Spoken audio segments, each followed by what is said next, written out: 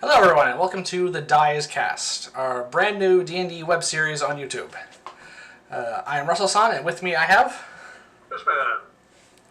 This is going to be a brand new campaign set in our own unique homebrew world. And we're starting at first level, which is going to be quite the change for us. It's been a while since we played first level characters, but we will get back into them. Your character is... My character is, as Sean just said, a first-level human wizard by the name of Jonas. And I am also playing a first-level wizard, a water genasi by the name of Aquans. So, it's just the two of us, and we're both playing wizards, so this is going to be very interesting and probably different than a lot of other D&D web series. But it's going to be lots of fun regardless, and we hope you'll enjoy it as much as we do. Another difference is that we will alternate DMing. I will be DMing this first scenario, and going forward, we will alternate back and forth, at least for the foreseeable future. And with that, I believe we are ready to play. So let's get right into our first episode. Excellent. So, as we come into the world, we find ourselves in a small rural village on the side of a lake with a river running through it. This rural village is called Lakeside, named by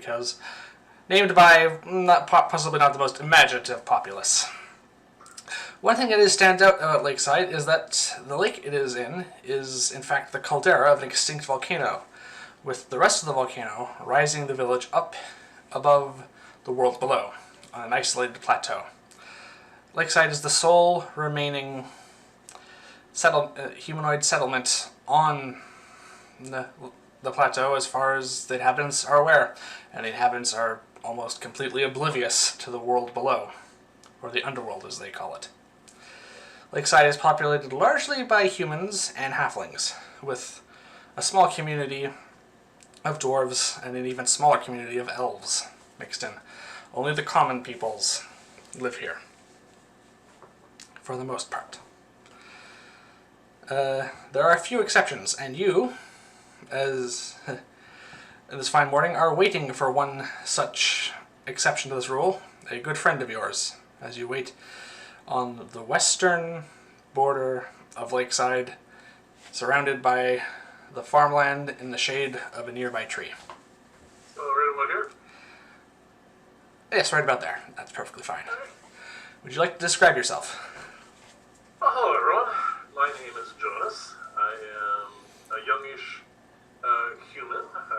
Obviously, as we said earlier, I'm a first-level wizard. I don't really have any major distinguishing features, and as I okay. Alright. Hello everyone. My name is Jonas. I am a first-level human wizard. Don't really have any major distinguishing features. I'm actually quite average in my appearance, and I am actually a resident of this town. I grew up here, and as was said, I am waiting for one of my two best friends by the name of Aquans. And whom you currently see approaching. Aquans is a bit taller than you, around 6'3", and wears a long grey robe with their hood currently up. He walks with he's carrying a staff in his left hand as he walks, occasionally using his staff to assist him on some of the rougher terrain of the forest. Aquans looks like a completely ordinary human from a distance. However, when you on closer inspection reveals his skin is a light blue with an occasional aquamarine tint to it, and his long, dark, curly hair. What stands out most about him, apart from his icy blue eyes, are the fact that his bluish-green skin is perpetually damp and has water droplets sliding along it. He is, as a most water genasi, he resembles someone who has just stepped out of emerged from a body of water. Aquans, my dear friend, how you doing this fine day? Good. Good to see you, Jonas. It's always it's still a little odd coming to this little village of yours and always being an outsider? You're not an outsider with my family. No, they have been most accommodating. Yeah. And unlike Aquans, I spent a fair amount of my time in the woods gathering herbs and spices and various ingredients for my mother's apothecary, and I do not wear robes. I find them not the best for getting around in the woods, so I actually wear pants and a shirt. I have a leather jacket and it has lots of little pockets in it. I like to travel light, so I have a satchel, and being out in stores all the time, I also have, well, the two more typical wizard type things. I have a staff and I have a large brimmed hat that is, of course, pointy. But I think that's kind of, one of those things that has to happen. And yet, somehow, the residents of this village are unaware of us being wizards. Well, in fairness to their ignorance, we are fledgling wizards, as in we are Apprentices. new to the world of wizardry. Yes. But as you exchange pleasantries with your friend and you walk into town, as we leave the farmland and cut across the grassy area with its little hills, we pass the blacksmith's forge and the markets around the general store, and we head towards the Tea Leaf Tavern in the central square opposite the alderman's house. You do pass by one other large house in the market square, which belongs to an older member of the community. One of the oldest living members, in fact, Edith, who is a bit of a recluse these days. So as we actually enter the tavern itself, Oh, she's okay. you are greeted by the smell of freshly cooked breakfast, effectively, which is mostly bread and some stew, possibly might have some salted fish or not in it. It depends on how good the catch of the day has been. How about you? Sorry? I'm hungry. How about you? Yes, I haven't eaten yet, but I can eat. And you receive a cordial welcome from Ander, the tavern keeper, who is behind the bar at the moment. His wife and son are likely in the back, or in the kitchen as normal. You do not see, however, the fourth member of this family and the youngest member, Bree Tealeaf, a good friend of yours since childhood. However, as you come in, to find a table, there's a few other places. A few members of the community are here. A few members of the watch as well are sat aside to the side of one corner. The watch often likes sitting off to the side in a relatively isolated table, which they almost have reserved to themselves, which has a good view of the door. Only two members are sat there at the moment. You know them, but you just don't really feel I don't have much to do with the watch now, so they aren't really anyone of interest. Can I go up to Ander for a second? You want to approach Ander, the bar? Okay. So I just sit down at the table to basically keep it. Yeah, I'll go get us some food. Okay, so you head up? I know what you like. Yep. So you head up Go to... up to Ander and... Ander, where's Bree? And it says, she's sleeping in still at the moment. She's was running around late last night and didn't get in until close to midnight. So it's like, as he goes and says, he leans back and says, Cora, Perrin, here he says, who you know as his wife and son's name respectively. Yep. He says, would one of you please go wake Bree up? We need her assistance. Let me help. I yell up, Bree, wake up, you lazy! You hear possible stirring from the back room. There is no upstairs in... Pound my staff on the ground. Come on! Ander says, please, Jonas, be a little careful with the woodwork. The floor has admittedly due for a coat of paint, but still. Oh, my apologies. He says, "It's such a lovely day that she shouldn't be sleeping through it all." You think you hear some stirring from the basically the back room area where the Tea Leaf family keeps their rooms separate from the rest of the tavern. So you think you've stirred her, but it might take a little while. Well, I will order some breakfast, something to drink, and I'll rejoin Aquans and we'll sit. Anders says to you, you and your friend still not drinking our ale? He says, I know we're old enough to drink, but I don't know, just not something I ever really got into. 2 ciders then? Ciders, yes. Definitely. Alright, so he starts setting the drinks up and puts the orders of food in. Brings the drinks over to our table. It's around this time that the door opens, and someone else you know rather well from the village, but are not on good terms with, enters the tavern. Oh, that could be a couple of people. He is shorter than you, but larger and heavier built with a good set of muscle, and wearing a watch uniform. He's. There goes the good day. It is indeed Bilius, who is a high-ranking member of the Watch, and also the son of the local high priest of the Cult of Mithras. But on a more personal note, he has also been someone who has more or less bullied or tormented you since your youth. It is never a good day to see him. No. Has he spotted me? He seems pretty preoccupied heading over towards where the rest of the watch sits, and he even has no issue throwing his authority and weight around as he literally evicts one of the watch members there, who are more or less, these two, more or less his lackeys. Not forcefully, but more or less tells him to sit to the next seat over, and he sits on the chair that was previously occupied. I think that gives you a little bit of a... Yeah, it was always a charmer. Yeah. Alright, he's not spotted me. He's not spotted you.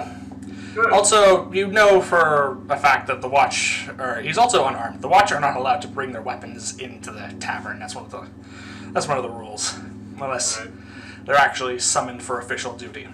He is wearing his Watch uniform and armor, though, because they have to be ready at all times. Well, before he does spot me, I am going to have my breakfast. Which is currently being brought over by Perrin, the who is short even by halfling standards, but makes up with a good deal of upper body strength. He's frequently asked to do much of the heavy lifting around here, and also helps out in the kitchen with all sorts of tasks, and is also, whenever no one else is available, brings out food and drink. And it is indeed bread and stew, no fish, so apparently they just weren't biting today for the fishermen. Some vegetables instead of the mixed in. But still, you think it'll be perfectly fine. Party. Yep. Cool. I eat before someone notices me and tries to ruin my breakfast. Yes, so both of us eat probably a bit more hastily than we actually have to, because Bilius, by the looks of it, has ordered a round of ales for him and his cronies. He's probably going... This time of the morning? It is a tavern. Yes, I know. It just seems in character for him, actually, to tell you the truth. Yes. I probably wouldn't expect much more out of him. No. He's probably going to be at least occupied for a little while. It's this point that you hear the back room door, which leads to the actual part of the tavern that is basically the house of the Tea Leaf family, open. And you see almost the opposite of her brother, Bree Tea Leaf. She is slightly taller and wirier than most halflings, but still well under 4 feet tall. But she is just there and few years younger than you, probably in her late teens. But she start breakfast at this point? Sorry? Have I finished eating at this point? We're just in the process of finishing. Though she does notice us and starts heading over. Well, at the peril of not being able to finish my last bit of food, I am going to get up and say, Bree, so great to see you, and give her a big hug. Bree does a leaping run and and of course, jumps in up. That process, I'll be holding her off the ground. Yes, jumps up to wrap her arms around you in a hug, which is something she's been doing ever since you started to seriously outpace her in growth, which was probably when I was 2. Not quite that far back, but yes, it was many years ago. Yeah. All right. Will your dad let you join us for a bit of breakfast? You see, Ander looks over and says, "So long as it's quick, Bree. You already skipped out on helping us last night."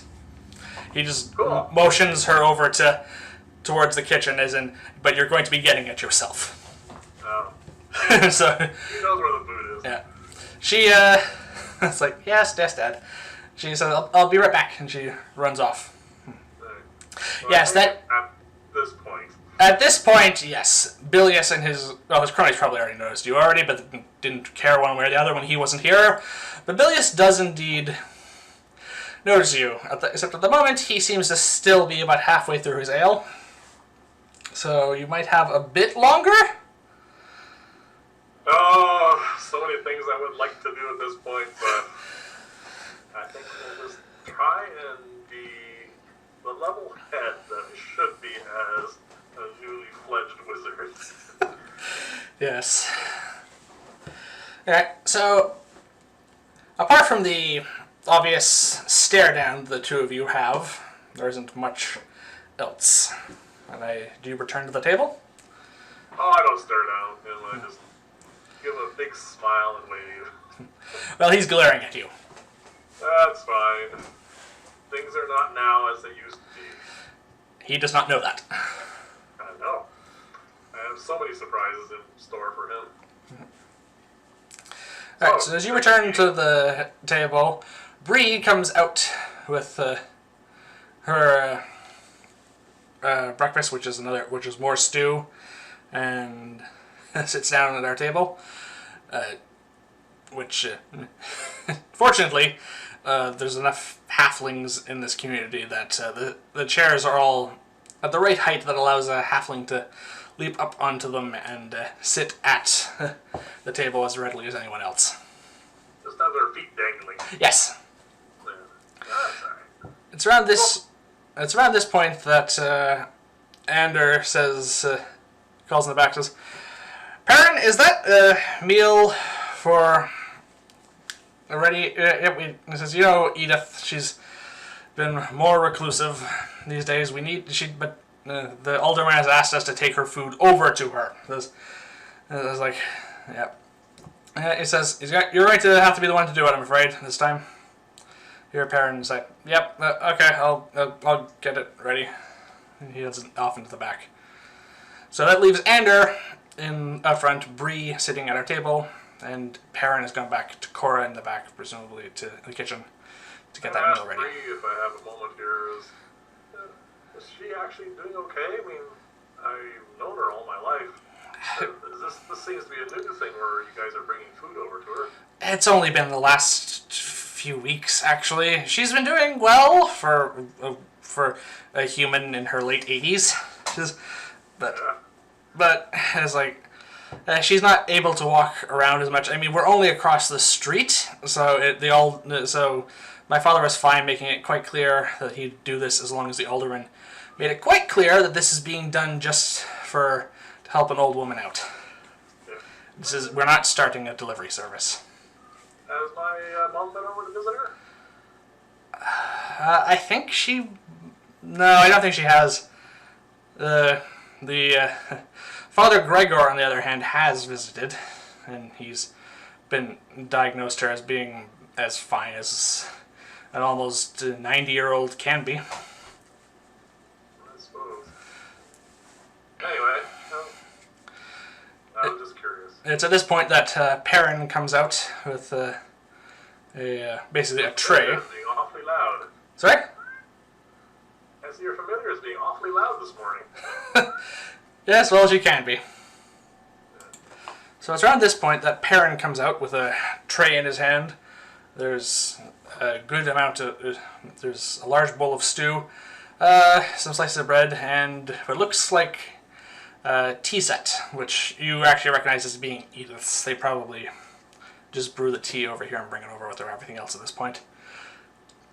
And he starts walking. He's heading out, but he's going to be walking by our table if you want to ask him anything before he heads across the street. I already got enough information from Bree. Actually, I do want to ask him one question. Right. So you stop Andrew. The one who is being bringing over Edith's food for the last little while. We sort of take it in turns. It's been me and Bree. Bree for the most part. Sometimes my father or mother will do it, but for the most part, the two of them have to stay here, depending how busy we are. It's just I've been doing it. He says a bit more often. He looks a little bit sidelong at Bree as if to give the inclination that she's been shirking her work a little bit. What a surprise. Alright, well, Bree, I was just curious. yep. If he was going over there more often than Bree, I was going to ask her what he thought of her, but the one that should be going over to check on her health would be my mom. Yeah. I'll have to stop in later and talk to her about that. well, I did hear that your mother's been a little busy with some of her midwifing duties lately. Oh, okay. There's yeah, this one. Well, that does sometimes take up an awful lot of time. Yes, well, he says sometimes it makes me think it's almost glad the fact that you're around might be worth having another herbalist about the village. And he starts heading off. Who said that? Was that Perrin said that? That was Perrin as he's heading off, yes. Okay. Alright, so he heads out to the door, someone opens it for him. Obviously. Yeah. So while he's heading out, Yep. I'm going to turn to Bree and ask her, well, so you were kind of partying last night or something, I heard from your dad? What's going on? She's about finishing up her breakfast this morning. She says, "Oh, it's nothing. Me just always looking for something fun to do in this boring town." She says, For all the small towns. So that means you're not going to be able to hang around with us today. You have work to catch up on?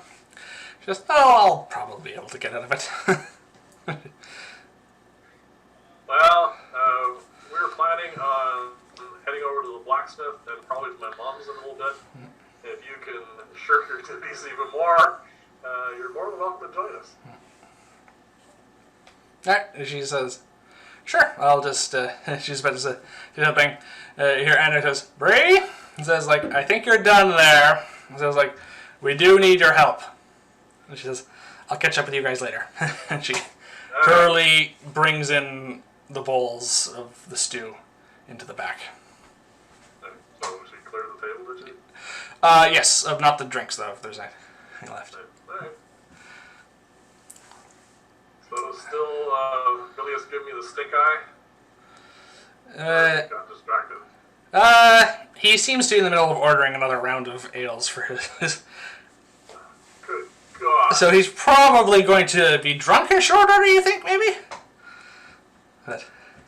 I'm trying to curb my desires to show me what a first level wizard can do, but never mind. I'm going to control myself. You're going to control yourself. It's the third time's the charm, though. Anyway, so in the process of that, it's around this point that a bit of a commotion starts happening outside, which is a little odd. Describe a bit of a commotion. What does that mean? People talking? A little bit. It seems to. It's a little odd. It's suddenly there's what was just dead quiet and people just going about their day. Suddenly there's some people gathering around and just talking to one another. Does this it's basically like almost like hushed whispers almost outside. Obviously the door is usually left open in the tavern because it's a warm sunny day. You see a few groups of people talking, and they're all across the street. You notice closer towards Edith's house. You also notice. Make a perception check actually for me. First roll of the campaign. First roll. Let's see if you notice this. There's a lot of stuff going on. Oh, that's a boring number. 8 plus 2, 10. 10. It wasn't going to be very hard. Oh, when you're first roll, you want a 20 or 1 or something interesting. Mm-hmm. Well, because it isn't hard because you recognize the tray that Perrin was carrying lying on the ground. The stew bowl is overturned and spilled out, and the tea set has fallen and shattered. He's not in the group. That is definitely enough for me to get out of my chair. I'm going to quickly drop, was it a couple silver for breakfast for both of us? It would, for both of us, it would probably be 1 silver piece.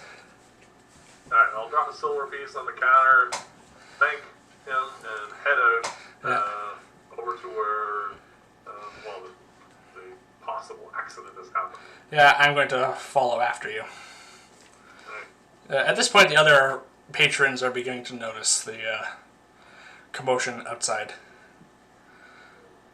So, once I'm outside, what do I actually see? Well, there's only about half a dozen people crowding together at this point around to look.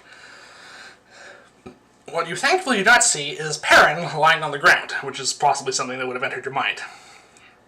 You do, however, just see just the tray and Edith's door, which is open. The key in the lock. So right about here then? Yes. The key is still in the lock. Clearly, in order to help the Tea Leaf family bring her meals, Edith probably gave them a spare key to her house. Right. So I don't see Perrin anywhere? No, but it does look like someone might have run off in a hurry. Okay. Can I approach the door? Alright, you want to approach the door? Yep. Yeah. Okay, the door is ajar, basically, at this point. Okay. Standing outside, I'll just open the door all the way. Mm-hmm. And what do I see? You see, mostly it's a dark room. There's just like the window, the sunlight coming through the windows, and obviously the doorway. But further in, there's no lit candles. Edith clearly keeps the drapes of her, basically. I don't see anything that would cause Perrin to run off then, right? Not at this point, no. You may have to go further in. Okay. No, I'm going to knock on the door. Yeah. And say, Edith, Jonas here. Is everything okay? No response. You also hear like people heading towards you. You think like running. I look behind me towards the running feet. All right, you see a group of 4 people running up through the square. You see Perrin leading them. Yeah. You also see 3 members of the watch, including the watch commander Mustafa, who is dressed ready for trouble. This is to say, he's okay. Oh, and he just sees all of us. And he says, "People, please stand back. We might have a situation here, but here." And says he's trying to instruct the mob of people, well, the group of people who are basically just watching. The mob of half a dozen. It's growing a little bit by this point. Yeah. I suppose. Yeah. Yeah. There's clearly people are coming out from the tavern, and Andrew himself is coming out to see what's going on because there's a bit of a commotion. It started shortly after his son left their house, basically, and he sees Perrin, and you can see the look of relief on the father's face. Yeah. And he says, and then Mustafa, the watch commander, turns and sees you near the door and starts heading over. He says, "What's going on here, Jonas?" I don't know. I just got here. I heard the commotion when a parent dropped his tray. I assume because of something inside. I just knocked on the door and yelled for Edith to let her know that I was here. She has not responded. I was just about to go in and see if she's okay. He says, Perrin comes up. He says, and Perrin's out of breath, not just from running. He's someone who's spent a lot of his life being physically active. You're pretty sure he's actually scared. So he looks really frightened. A little bit, like something has definitely shocked him. And Mustafa says, "Perrin says she's dead." Really? Like, as in an almost 90-year-old has finally passed away, or something else? He said that he went in a little ways and saw her lying in bed, and then it's at this point that Mustafa's like looking for words to describe what Perrin said when Perrin says, like almost like a hoarse whisper, is like she was rotting. You hear him say. You hear it and say it. Mustafa hears him say it. So do I. But you're fairly certain he said it in low enough whisper that no one else probably heard that. I say to Mustafa, I know I don't have the same skills as my mom, but would you like me to help you in this? Because I think my mom's currently busy with something that is not going very well, apparently, or at least taking a long time.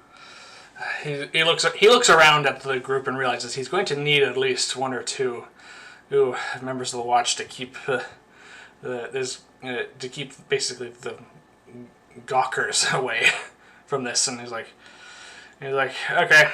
He says, Perrin, you should probably go back with your father. He says, Jonas, you and your friend come with me. He says, please tread carefully. We don't know what's going on here yet. And that he turned. With that, Mustafa turns to walk into the house. Alright, and I'll follow him. Yep, and I follow behind you. Okay. As we get further into the house, a smell does hit you, which you realize halflings have a pretty good sense of smell. That Perrin might have picked this up. But not you, but not a human from that distance. It does smell like decay. It's at this point that Mustafa moves into what's basically Edith's bedroom and pulls the curtains back. And the light does shine on a corpse, which is still recognizable as Edith, but there are signs of at least partial decomposition. And as far as I know, either Perrin or Bree or one of her family has brought her food quite recently. For every day for the last few weeks, they said, which probably means someone brought food yesterday, probably sometime in the evening for supper. So this kind of rot, from what I know, is excessive for less than 24 hours? Yes. This is probably excessive even for 24 hours. Okay. Mustafa is looking at this and not entirely sure. He's like, the only thing, you can tell by the look on his face, the only thing he's definitely sure of is she's dead. He's probably never seen this sort of murder before. Bear in mind, murder is if it is murder, is a rare occurrence in this town. You cannot remember one happening during your lifetime. Okay. He says that word, though. He says, this seems like a very odd murder. He does. He's not sure. He doesn't think this looks natural. You also... Ask him what makes him think that it could be a murder. He gestures for you to come over to basically So he's basically standing on the side where of the bed where the window is, which is opposite end you're looking at. Yeah. Right. Are you going to walk over and take a look? He's motioning for you to come closer. I will go and have a look at the body. Okay. As you come closer, you can see what looks like almost like a section of her upper torso that looks like where the decomposition is spreading out from over the body. And it looks like there's holes there, which look like they might be teeth marks. Okay. I say that I seem to pain. Yeah. I'm going to have a closer look at the body. I'm going to tell him this. Yeah. And see if I can determine a cause for this. Okay. Cause of death, if nothing else. Yeah, that would be a medicine check on your part. Alrighty. Fortunately, I have medicine. Yes. And this is a wisdom check, right? Yes, yes. Medicine is tied to wisdom. It was going to be a 19. Yeah, that and then happens. it rolled over to a 2. Oh, that's not good. But I have proficiency in medicine, and then I have a +2 with wisdom. So unfortunately, still, it's only a 6. A 6. Well, this wasn't going to be a 5, DC. You're a little bit at a loss to this yourself. You've never seen this type of death. You're pretty sure this is. He's right, this probably isn't natural causes. Something did this. But this is a bit outside what you've experienced medically. Well, I am young. Yeah. And this is new. But I'm also a fledgling wizard here. Do I think magic could have done this? I'll let you roll an Arcana check for that too, yes, if you want. Where I have some actual skills. Not as good as die. Oh, great. I went up to a whole 5. Plus? Well, I get +6 to that. So 11. 11. This is not going well for you so far. No. Yeah. It's like, you're not in... Again, this is a bit outside your expertise as a wizard, which are even newer than your expertise in the field of medicine. Yes. However, it comes to your mind that even at this point that you can't think of anything else causing this, really. This doesn't... Even Mustafa is coming to the conclusion, this is not natural. Yes. I tell him, again, sorry, it's just, this is definitely new to, well, pretty much every experience I think everyone has had on this plateau, at least during my lifetime anyway. Not that that's very long, but... yeah, this does not look like a lady who passed away pleasantly in her sleep. No. It does. It does not. There's one more thing we could do, I think, before we write off my lousy rolling. I would like to investigate the room, see if there is anything that's been disturbed, knocked over, Okay. anything that looks like there might have been like kind of a forced entry, an intruder of any kind, and that sort of stuff. Alright, this is your choice whether it's investigation or perception. But Well, I'm going to go with investigation because I have that. okay. I'm getting better!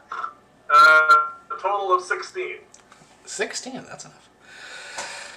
As you're looking around, it's even in the dim light that's coming through here is enough to catch something else that's on the bedding and the linen and the pillowcase, apart from just blood. It is almost like it's like a slimy substance, and it's almost like it's a trail of it, and it's leading away from her bed along the floor. A trail as in like a slug or a snail that's gone by here, or?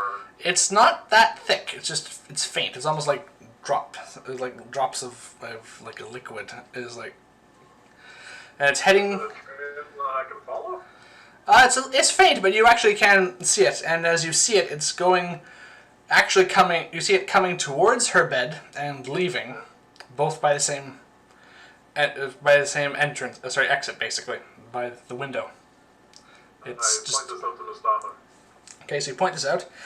Does he see it as well? After you point it out to him, yes, he can see it, and it's just he's like it's a pretty clear trail. Someone or something came in through the window, and then went back out through the window, almost by the exact same path. You think? I say, well, while I still have this possible trail, I am going to go outside and tell Mustafa this. Yep. Go outside around the house to that part of the building where the window is, and see if I can pick up that trail. Okay, so we are going to loop outside then. Yeah, I'm going to head outside. I'm not sure which window it is, but probably somewhere around the back here. It's near the back, yes. Yeah, and see if I can pick up that trail. Okay, so we're going outside. As you can, at this point, the group that has gathered is much larger. It's a crowd, officially a crowd now. And you also see that a few more of the watch have turned up, including Bilius. You think that someone probably ran to the tavern to rouse him and his group into getting involved in this. He does notice you and me, and seems a little like confused at what we're doing here. But when Mustafa comes back out and just basically gives him a look that it just says, "Don't cause any trouble," he goes back to minding the crowd at the moment. Alright, so we loop around the house, back to where the window is. Alright, you can see pretty clearly on the windowsill where that trail comes out, where it starts and where it goes in and comes back out again. You're not entirely confident of your ability to follow it out here, though. Well, I do have survival skill. Yep. And I attempt to pick up that trail. Yep, you can attempt to roll for a survival check. Yep. Alrighty. Come on, die. You gotta get above 10 eventually. Oh, there we go. With survival, that will be a 20 total, not a nat 20. Okay. So it's a total of 20? Total of 20. Okay. And we're going to ask one more thing here now. Which way are you following? The path, you can see two trails faintly enough. The one coming to her house or the one leaving? Well, I think the one leaving would probably be the one that would lead hopefully to it. If this thing has a lair or whatever, well, I mean, it's leaving a slime trail, so I assume it's not a human. Even Bilius is not that dirty. So hopefully it'll head towards something that it's holding up in. So yeah, I'll head that way. Alright, so head towards the way it is going, not the way it came. Okay. So as you attempt to follow the trail along it leads you basically almost through the market square, but not all the way, just along the side of it. Down past where the blacksmiths... Kind of heading south then? Yes, it's heading away from the lake. Alright, so it started off here and it's heading down this way? Yes. Alright. Can you scroll down? Okay. Okay. Sorry. Yeah. My bad. Yeah. So as we're following along there...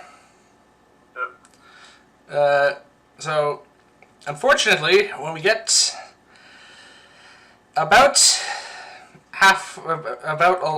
out into the rural areas, the trail gets a little too muddled. This is a farmland. There's been farmers up for quite a few hours at this point, and they might have scuffed the trail. I've lost the trail, have I? A little bit, yes. It's over rough terrain. You think you... Pick it up again? Sorry? They try and pick it up again? You can if you want, yes. Still survival? Still survival. Well, that's a 19. Plus 2 for the skill, and plus 2 for my my wisdom bonus, so 23. Alright, that gets you along a bit further. Yeah, as you... Alright, you come... Alright, so you start following the trail again. Yep. Keep heading south through the fort. You're heading towards the wooded areas now. Yep. And as you manage to get basically right to where the watchtower is, the remaining members of the watch are clearly getting all geared up and mobilized. Some of them are probably going to be heading out shortly. Right. But it's around here you lose the trail, I'm afraid. Well, I headed this way. Yeah. Alright. Quickly, before the trail heading to the house peters out, I'm going to head back to her house and try to pick up that part of the trail and follow it to where it came from initially. Okay. So, head back to her house. Yeah. I ask if you want some assistance trying to follow this. Oh, definitely. If I don't help, I can get. Alright, so I'm going to assist you with this survival check. I'm definitely going to be assisting you because I don't have survival, so roll with advantage. Alright, so I'll roll with advantage, picking up the trail heading towards her. The one that was coming towards her house, yes.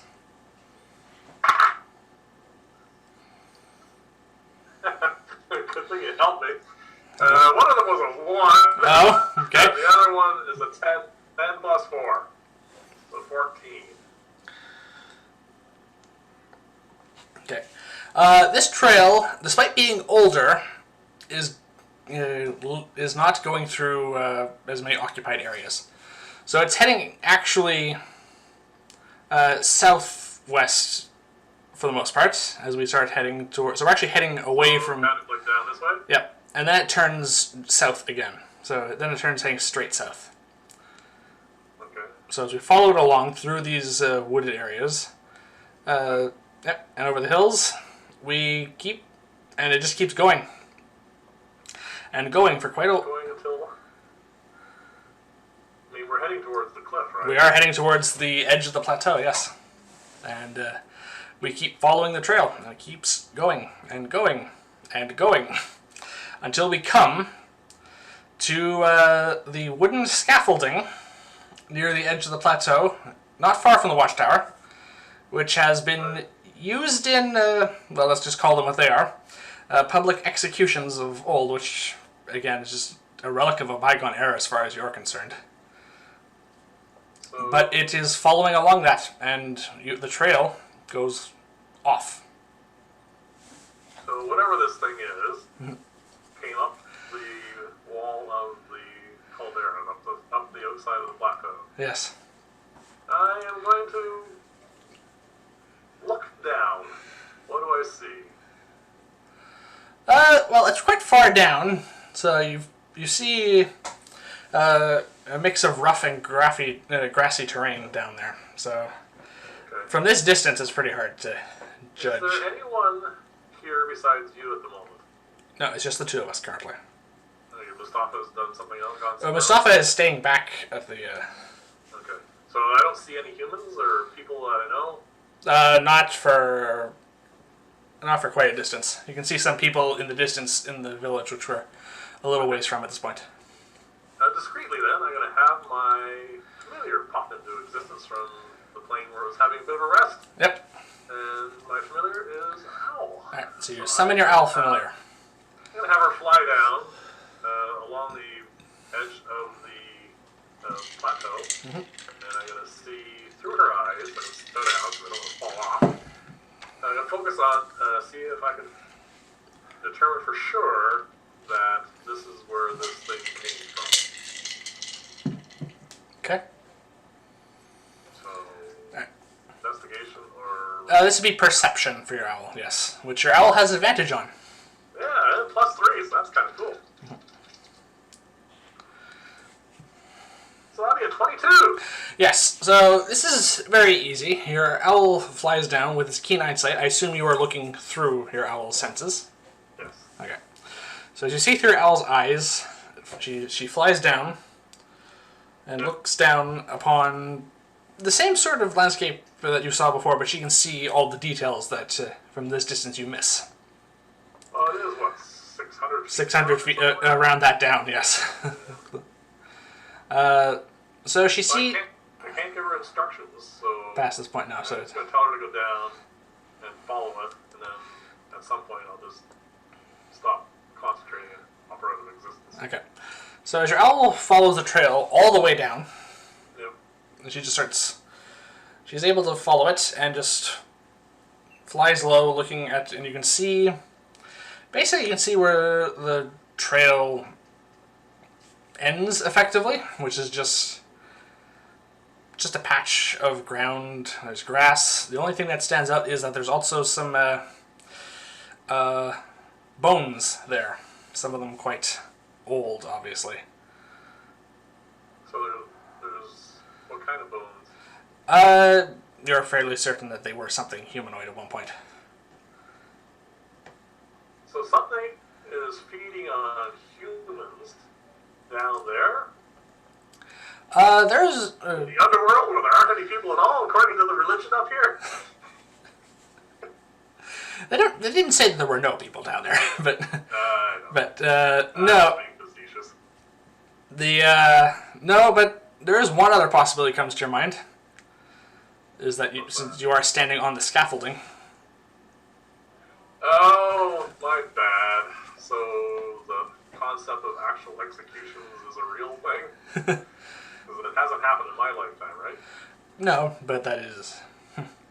Not that you can remember, Wait, no. how many skeletons are down there?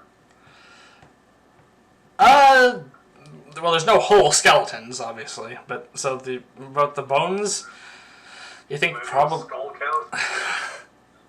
You think it's probably somewhere between 4 and 6. Wow. And obviously these are old bones. You're fairly certain they're old, yes. Most of them are not intact, also, but bones can last a long time. True. So I don't see anything else. I will pop my owl out of existence before I get spotted. Alright. And then I will relay that information to you. Alright. And I think we should head back to Mustafa for the moment. Okay, so we Head go back through to all that.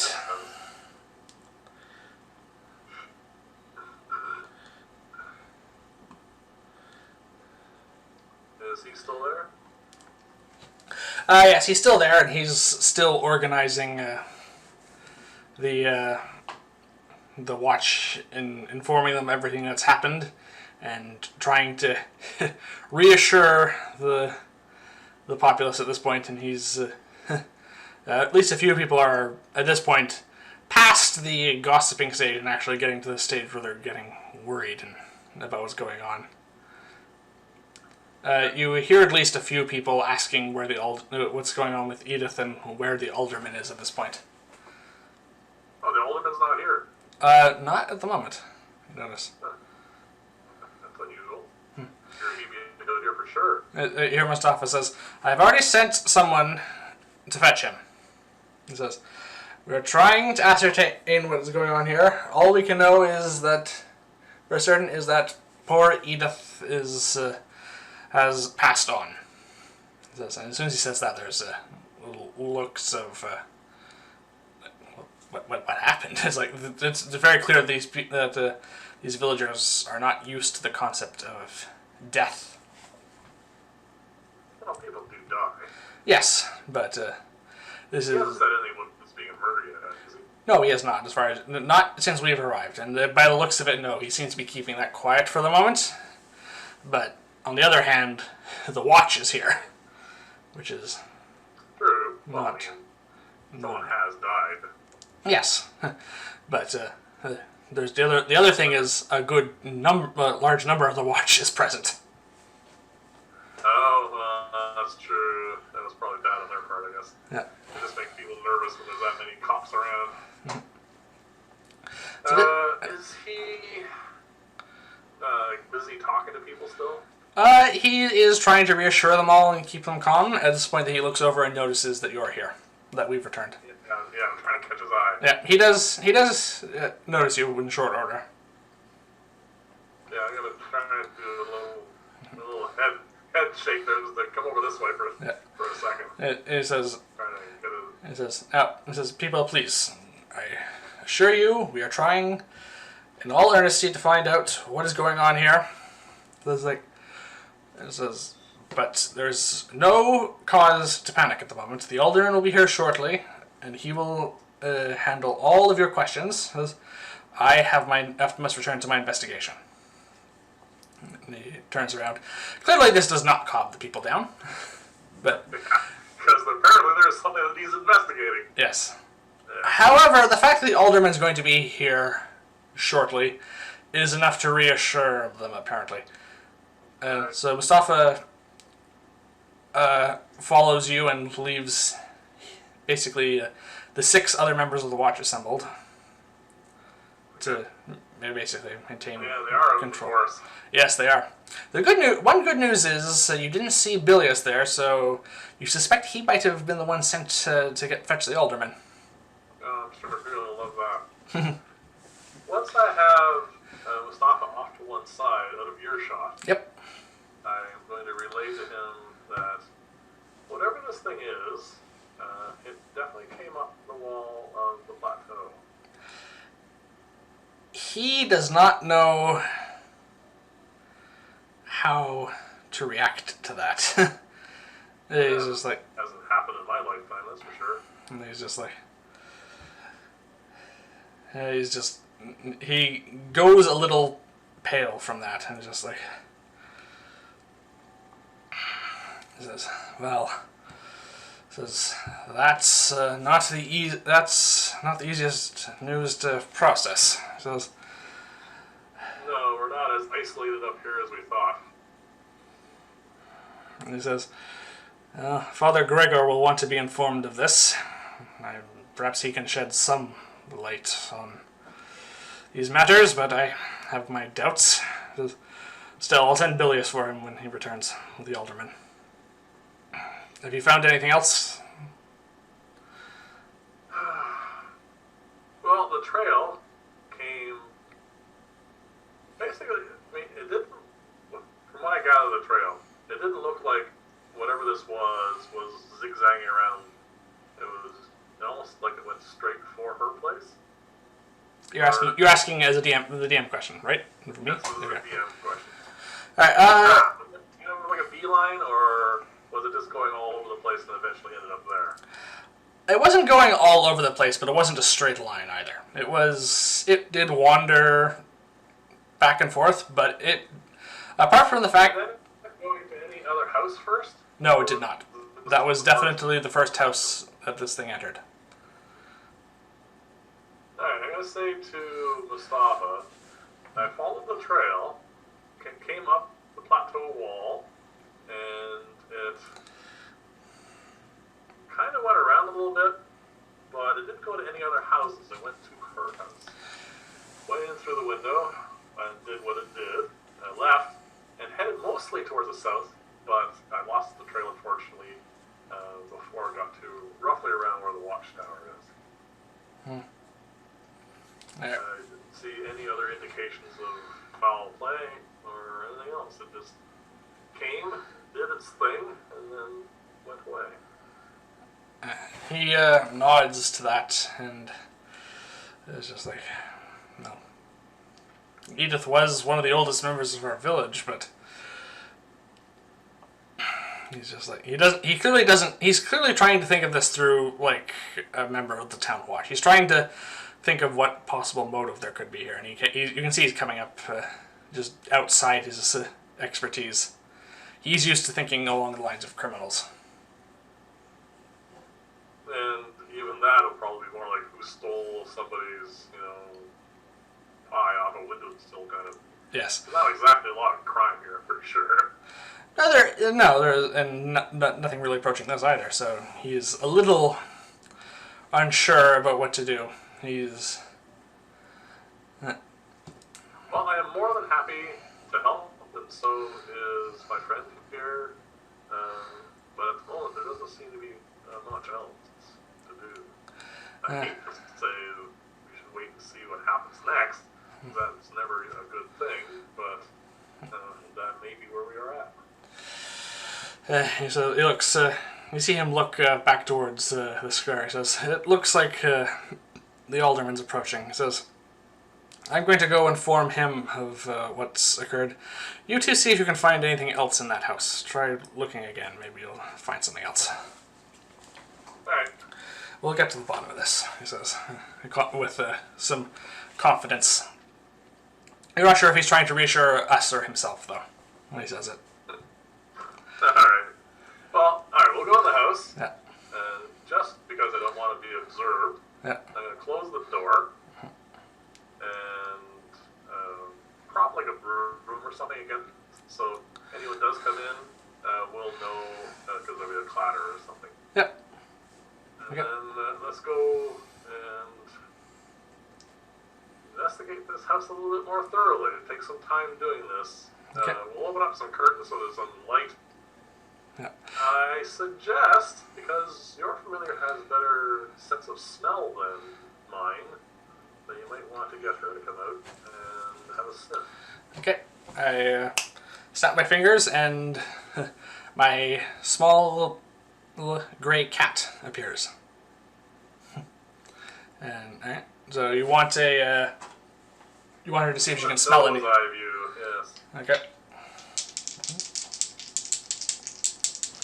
Oh, you're hoping that she can smell something over the rot. Okay. Yeah, well, it's a possibility. That's what we can get anyway.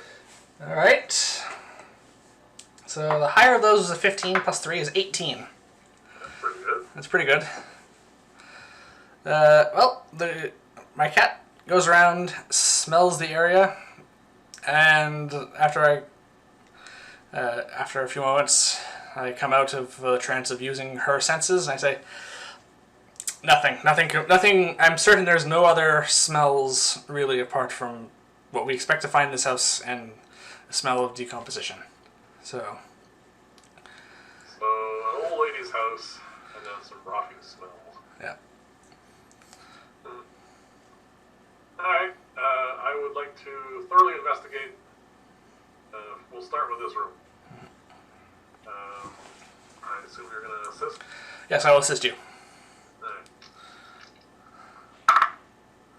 Oh, natural 20, the first one! Ah, there we go.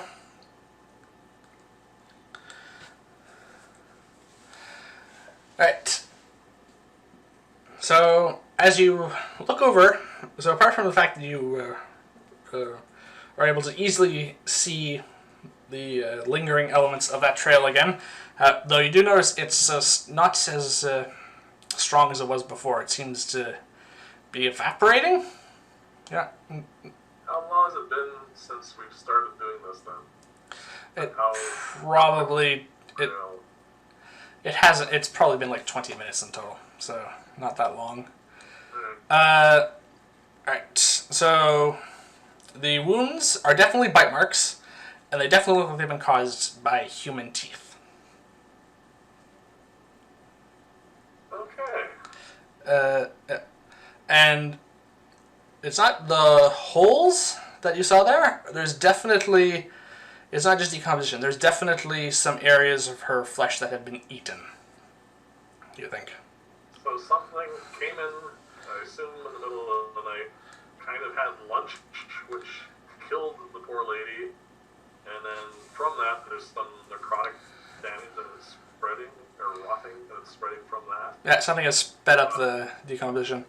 Her face is locked in a look of abject terror, and her limbs are completely stiff, as though in a state of rigor mortis, which does fit with the amount of decomposition you've seen. Yeah, and she definitely has not been dead, despite the difficulty of this fact. With that natural 20, you are confirmed she's not been dead very long. As in, this happened just before sunrise, after sunrise? You think overnight. Like in the wee hours of the morning, or on the other side of it? Like on the, like sunrise to midnight, or midnight to morning? Midnight to morning, you think. Alright, so... And with, also, with a natural 20, you can literally, as we're investigating, you can literally see that that trail of slime, or whatever it was, is like evaporating as we speak, and it seems to be evaporating quicker wherever the sun shines. Okay, well, I have an alchemy kit. Yeah. Is it possible that I'll have an empty vial or something.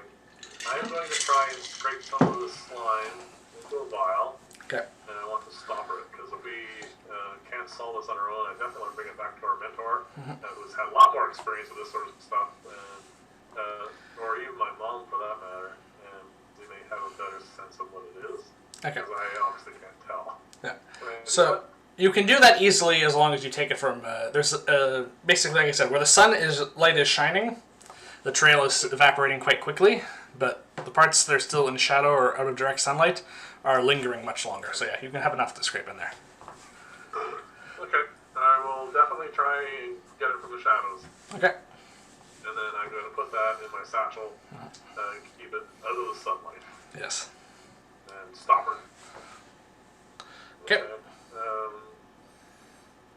So, some humanoid crept up the wall actually climbed the wall of this plateau, which is a feat in itself, wandered through the village a little bit, came in through a window, bit this poor old lady, 8 chunks, he said? Yes, there are some flesh missing.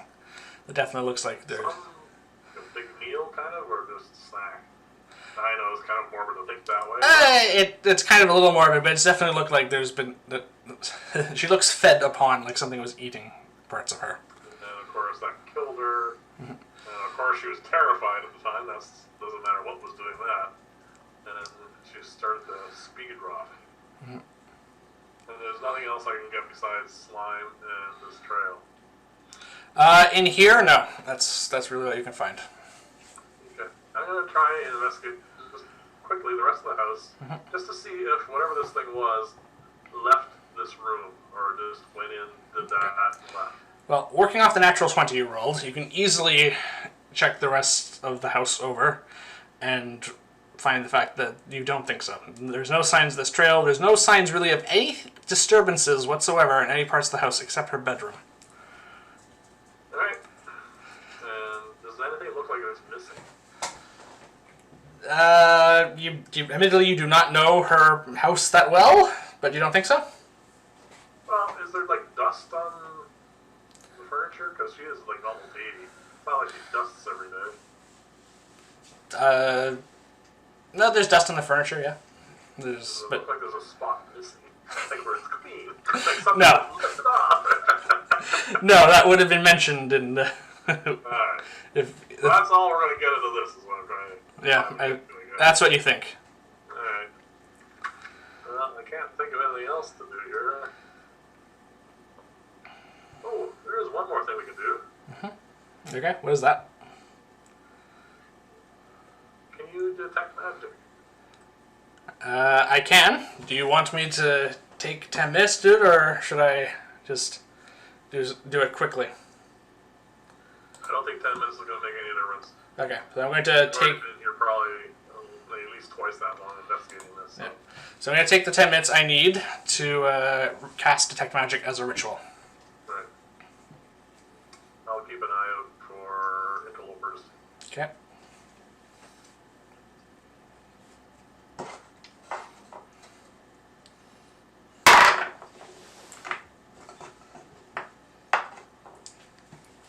Okay.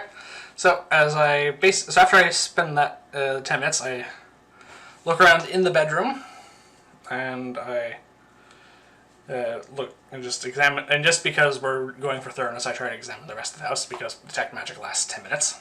So I'm just going to give the entire house a once over.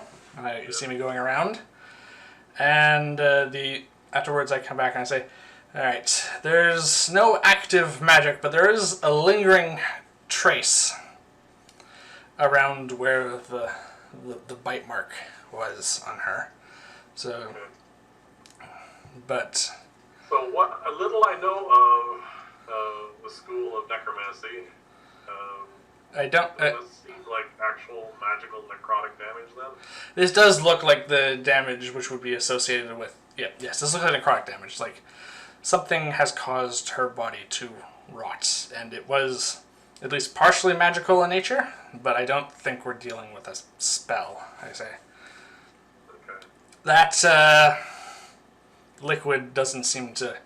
It doesn't... While I have it, Yeah, it says it doesn't seem to fit the criteria for what detect magic is for, at least. It doesn't... Alright. Yeah. Well, I think we've beaten this horse as much as we can. I don't Yes. think we're going to get any more out of this investigation in here. No. Unless you have another idea. So, let's head out and see how the alderman's dealing with the panic. Alright.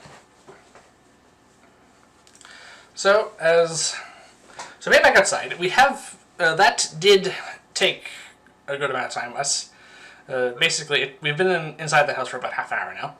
Because we did the first initial investigation, I did the ritual casting for detect magic, and then I looked everything over. So, needless to say, it's probably been about half an hour that we were in there. Right.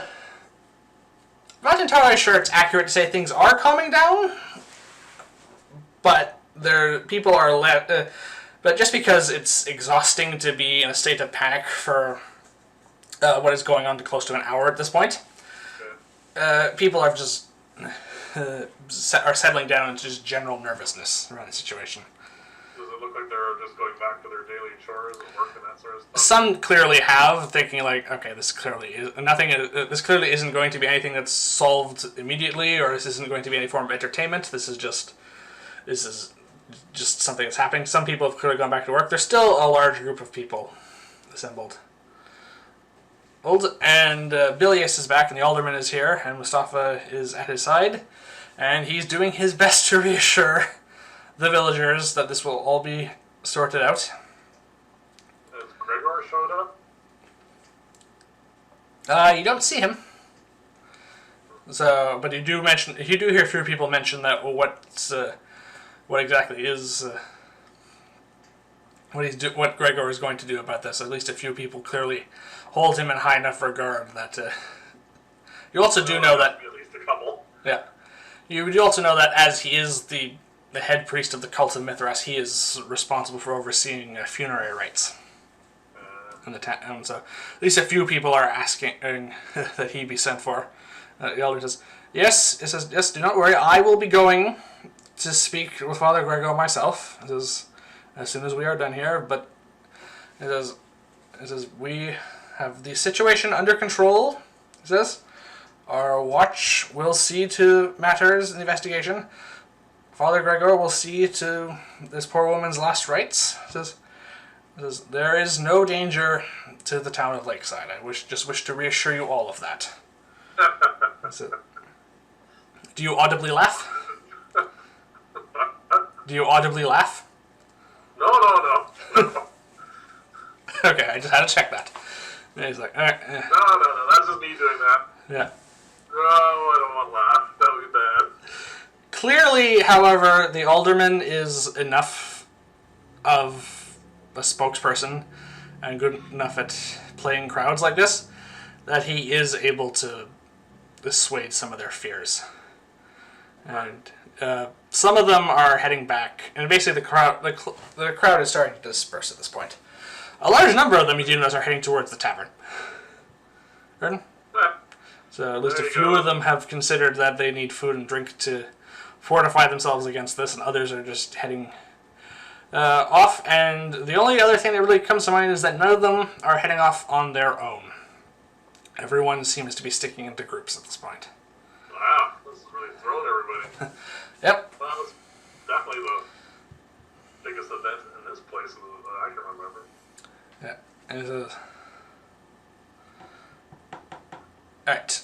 At this point, the alderman, Ivor, basically gives a sigh, like as if he was almost holding his breath for something, but it's just like he's clearly letting his public image down a little bit so he can. And he says, "Well," and so he turns to Mustafa and says, "It certainly seems you have your work cut out for you." He looks past Mustafa and sees both of us waiting and doesn't... I'm going to approach the two of them. Okay, you're gonna approach the two of them. All right. Bilius is off to the side a little bit and doesn't like is looking a little unhappy that we are clearly involved now, which he probably sees as watch business. Right. But cringing on his territory. just poking your noses where they don't belong. But anyway, so you approach the Ivor and Mustafa. Yes. Okay. I don't know how much of this I want to say while Yes. in your shop. Well, I'm pretty sure you're going to avoid mentioning familiars or magic. I will try. Yep. I'm going to approach them and I'm going to say, I did find out a couple of interesting things, if I might be able to speak with you two privately. Bilius is looks like he's about ready to raise a concern, but Mustafa just gives him a look that says, not now. And clearly he's unhappy by this, but is at least still aware that Mustafa holds more weight with the watch than he does. And the alderman says, very well. And he's going to, the four of us are going to head off and to the side just to speak. Alright. Once we're out of earshot of Mustafa. Oh, you mean Bilius? Sorry, Bilius, my bad. Can I see Bilius? Well, a little bit. He's kind of just off to the side. Don't worry about it. Yeah. I was just going to be an idiot, but I'll refrain. This is a serious moment, so I'm going to talk to them. Yes. Inform them that I'm fairly certain. This is something the alderman doesn't know yet, so I'm going to go through a little bit more detail. That a humanoid of some form ascended the wall of the plateau, leaving a trail of slime. Kind of meandered a little bit through the village, but definitely did not go to any other houses except Edith's, where it entered the room through her window. Apparently killed her by biting her and consuming parts of her, and that has instilled some form of necrotic rot in her, and it didn't go anywhere else in the house that I could discern, and then went out and left and headed towards the watchtower where I lost track of it. And one other thing I want to mention that we noticed is the slime trail seems to evaporate in daylight. So definitely some form of creature did this, but unfortunately I can't. There's unfortunately nothing else that I can say at the moment. The alderman takes some time to process this. He seems to. The first thing he seems to comment is on you saying that this trail is evaporated. Says, well, that's certainly going to make this thing difficult to track. During the day, yes. I'm not sure how comfortable people are going to be looking for this at night, though. You said she died overnight? Yeah, the most accurate I can get is sometime after midnight and before sunrise. He just looks at Mustafa and he says, there's no guarantee if this thing is going to be satisfied with just one victim, then. Mustafa says, no, there's no guarantee at all about that. He says, he looks around and says, he says to Mustafa, I don't really care who solves this. We need to find this thing and prevent it from harming anyone else. He says, definitely. You definitely have, as my services and Aquans as well, will help you to their greatest extent of our abilities.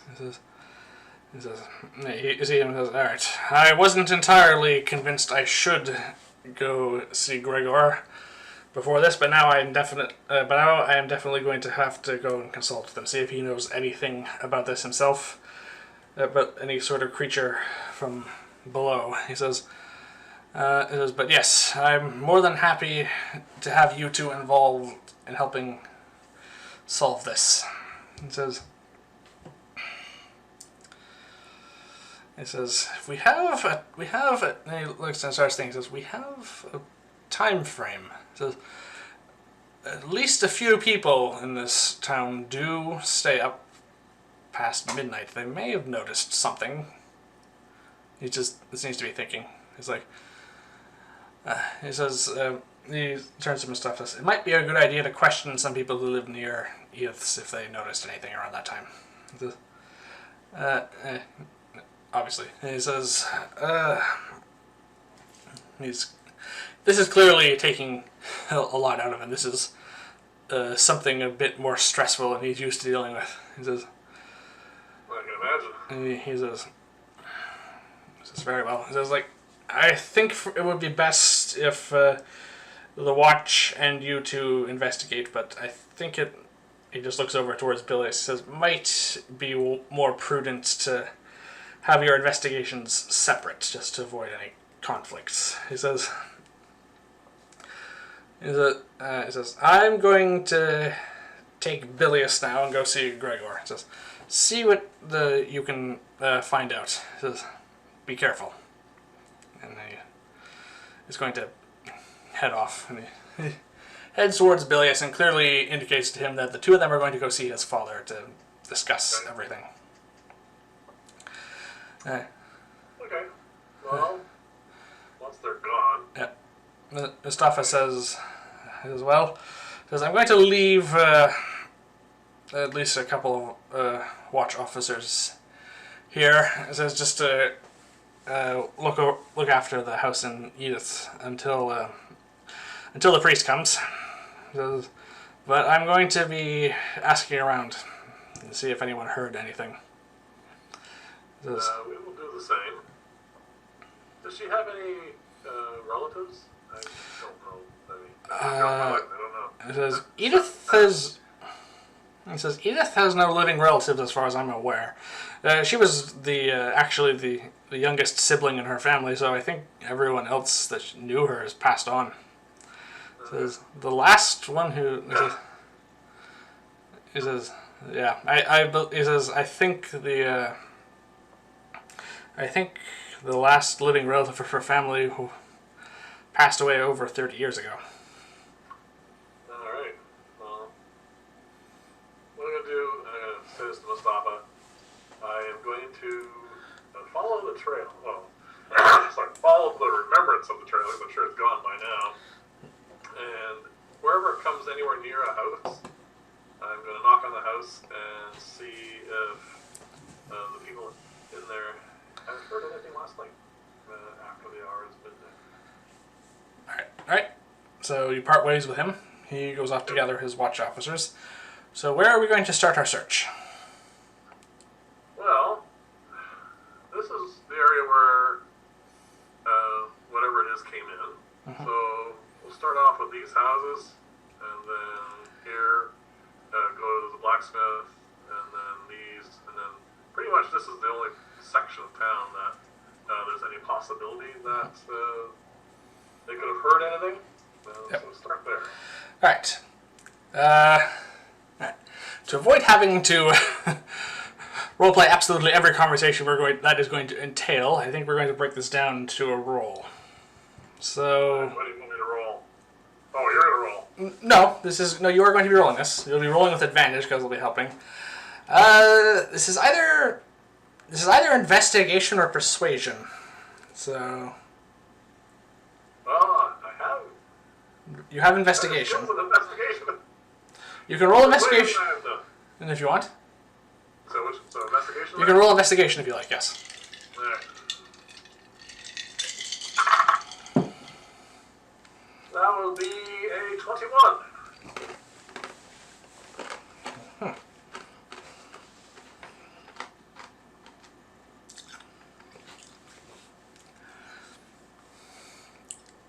Okay. So, right. So it takes us a little while. The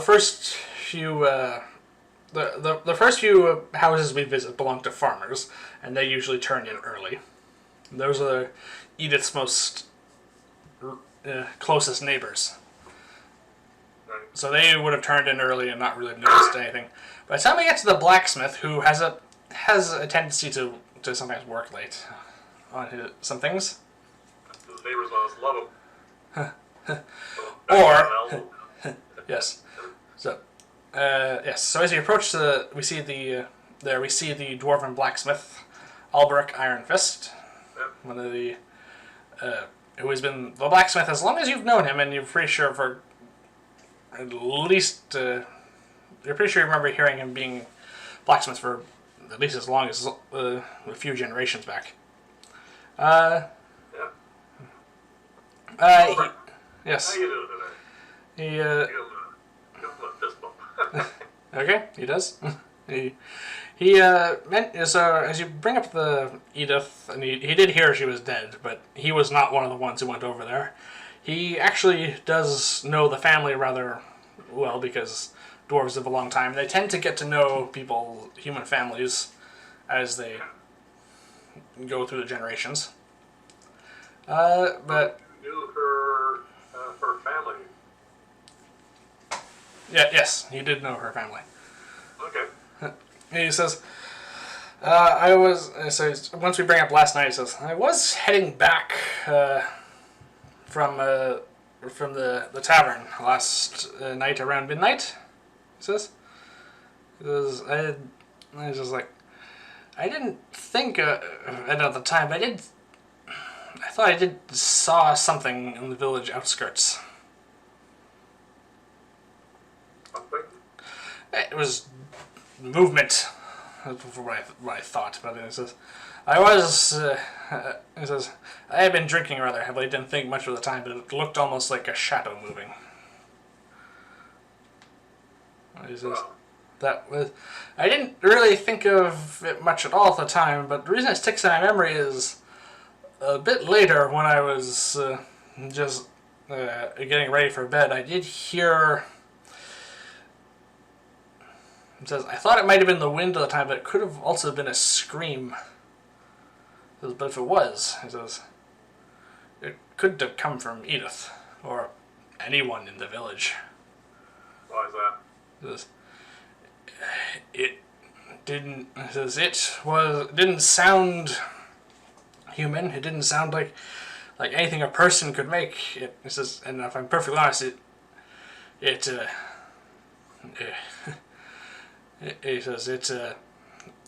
I'm not ashamed to say it startled me a little bit. It says it chilled me a little bit. It says it sounded like it. It may sound silly, but it sounds like it almost came from beyond the grave. It says. Well, you might be right about that. And I'm going to get him to point in the direction where he thought he saw this shadow. Right, well, he was walking back from the tavern, so he was walking across the market. Yeah, so he was heading across this way towards his place? Yes, and he says, I just saw it out towards the western outskirts of the village. It might have been. He says, yeah. He says, yes, around there. He says it might have been cutting across the farmland, as far as I know, if it was something. But I just only saw it for a moment. And recalling the path I followed, is it possible that they're the same thing? It is possible in your mind, yes. It's like he might be misremembering where it was exactly, but it's pretty close. It's like he just saw it from a distance. Okay.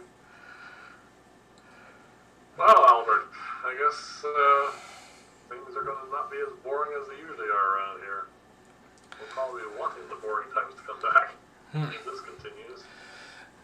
It says, at least a few people have come by asking me to make them some weapons, which is a little unusual itself.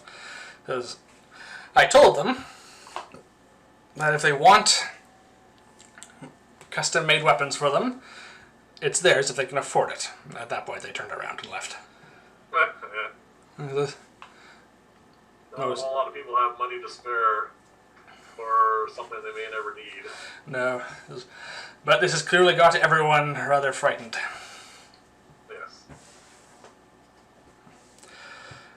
Alright, thank you for his time, and I'm going to finish up. Yep, okay. So as you keep going further, yep. So after we finish up with Albrecht, we keep heading south. We don't really find anything else. There's a few other people who were up around the time who were also out drinking, but it's mostly halflings and humans at that point, and they don't have a dwarf's stomach for ale, so they weren't quite as sober.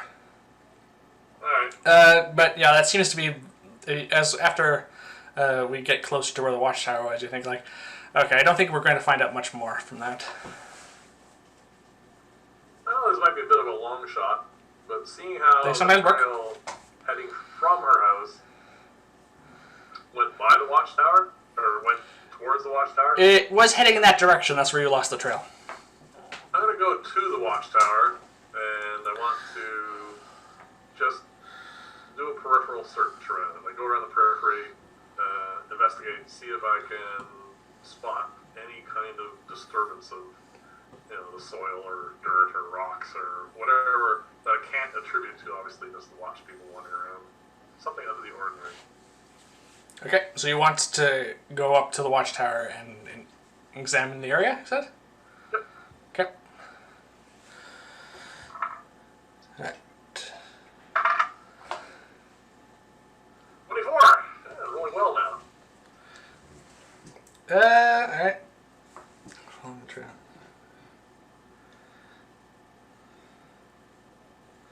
That's with your assistance. Yeah, that was with my assistance, yep. As we head there, we start looking around. It is a very old building. Obviously, the watchtower is older than the village, which is built around it.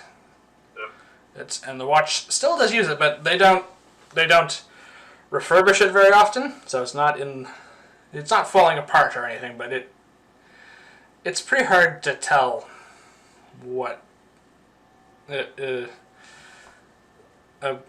Basically anything about it being a very old building. You're trying to examine everything, and you don't pick up any of the trail. But there's something here, like you're looking at something here in this tower, and it's like it's on the tip of your tongue, but you can't quite see it. It's like there's something odd.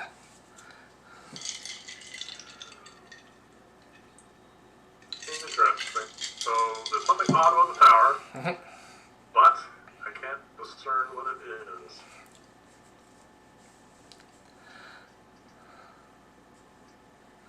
Wow. I hate to say it, but I think this may be a thing that we're going to have to investigate after dark. Quite possibly, you may say.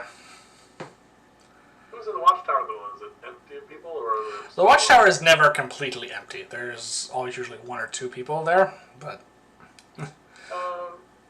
so there's it's a skeleton crew almost. There's basically one person in the tower.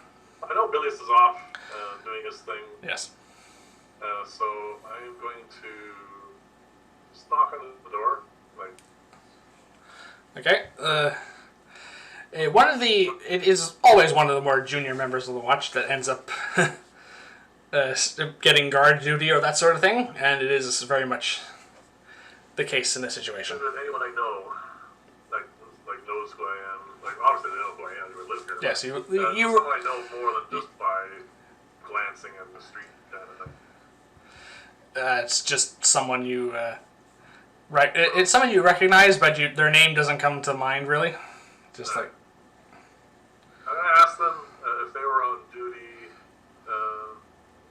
part of the night shift. I know it seems a little bit of a stretch, but sometimes when these things happen, people who are doing the night shift will have to extend, do double duty kind of thing.